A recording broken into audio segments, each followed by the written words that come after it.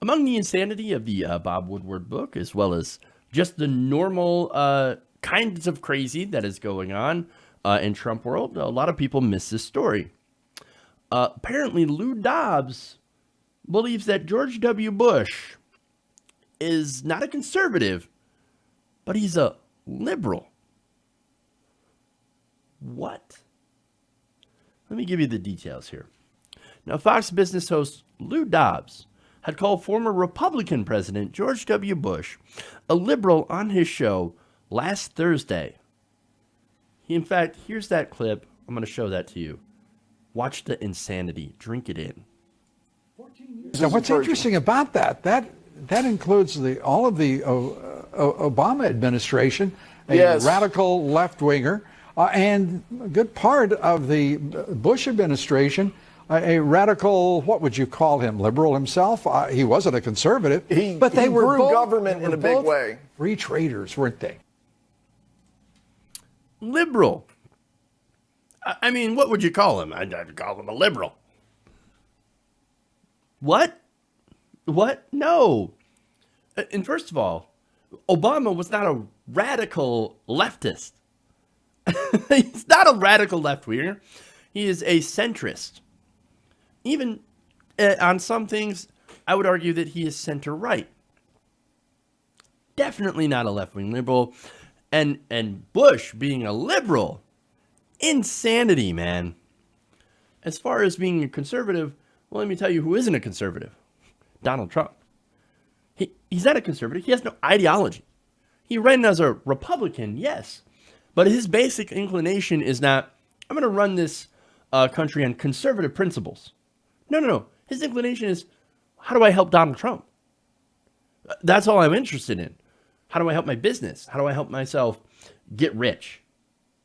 That's what Donald Trump is interested in. Understand. But of course, Dobbs, he is a disgusting sycophant. And he runs segment after segment, basically kissing Trump's ass. Now, later on, by the way, in this segment, he continues. What were Obama and Bush, what was the big similarity? It was size of government, both, growth in my of opinion, regulation. Disasters as both big creators of regulation. President Trump has completely stopped that trend. You and blinked when I said benefits. that Bush was a liberal, not a conservative. He's certainly a guy who grew government a lot. He grew regulation and a lot. debt a lot, and went and attacked the wrong countries. By the time you get through with that administration, you wonder what the hell we've been going through for the past 30 years. We've had three of the worst presidents. And by the way, the best of the three, in my judgment, was Clinton, because at least the economy performed. And then you've got Bush, and then you've got Obama. If we don't have Trump, this country would be an utter disaster. Utter disaster. Wow. Now he's talking about, oh my God, Obama, growing government. Terrible. What a disaster. But wait a minute. You know who else is growing government? Donald Trump. I mean, Space Force? We have a freaking Space Force. That's going to cost money. Guess what? That is growing the government. Increased military spending, same thing, right? Billions of dollars in aid to farmers. That is a subsidy. That is welfare going to farmers. That's also an increase in government. Hiring more Border Patrol agents. Government. Building the wall. Who's going to build the wall? Who's going to fund building the wall? It ain't Mexico. That's government. That's a growth of government spending. I thought you were against that, Lou Dobbs. No. Here's the thing, right? Donald Trump did almost exactly what George W. Bush did. Cut taxes for the rich, deregulated industry, and increased spending on the military. Now, look, George W. Bush, at the time, crazy, right? Because he did things that were unimaginable. Donald Trump has taken that legacy and has actually increased the level of deregulation. For example, now, if you want a new piece of legislation or regulation, you have to eliminate two others. That's insanity. That's absolute insanity. George W. Bush didn't do that, right? George W. Bush was, again, he was a right-winger. He is a neoconservative. Donald Trump has no ideology except how do I help myself? And of course, he empowers fringe right-wingers, people that are in the crazy end of the spectrum, and white nationalists. That's who Donald Trump caters to. That's who Donald Trump, I guess that's his base. Nowhere near as crazy. Like George W. Bush has a lot of problems. He's a war criminal. But he is not quite as insane as Donald Trump. At least he had a limit. But here's the thing. If you want to point out that George W. Bush did grow government spending with Medicare Part D, and two unfunded wars actually created ICE and Homeland Security, well, those are facts. Those are indisputable, right? You want to point those out, perfectly fine. I'll do that all day. But there is this myth, and this is the problem, and this is what they're talking about, that when Republicans get into office, well, that's when America starts being fiscally responsible. Well, it's not true. It's fiction. It's not at all grounded in reality. And the only president in my lifetime to have ever at least gotten close to balancing a budget is Bill Clinton. But Bill Clinton has problems.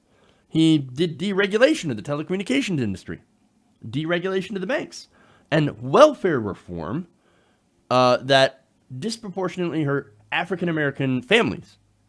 Of course, those are things that you love, right? If you're a Trump supporter, if you're Lou Dobbs, that's why you think, well, Bill Clinton wasn't so bad. I mean, he's my favorite out of the three. And, there's a lot of things I didn't like, but at least he had a good economy. Because he deregulated, and then we paid for it later. Look, here's the thing. President Obama actually brought down the deficit. Now, he did so with, of course, austerity, with cuts.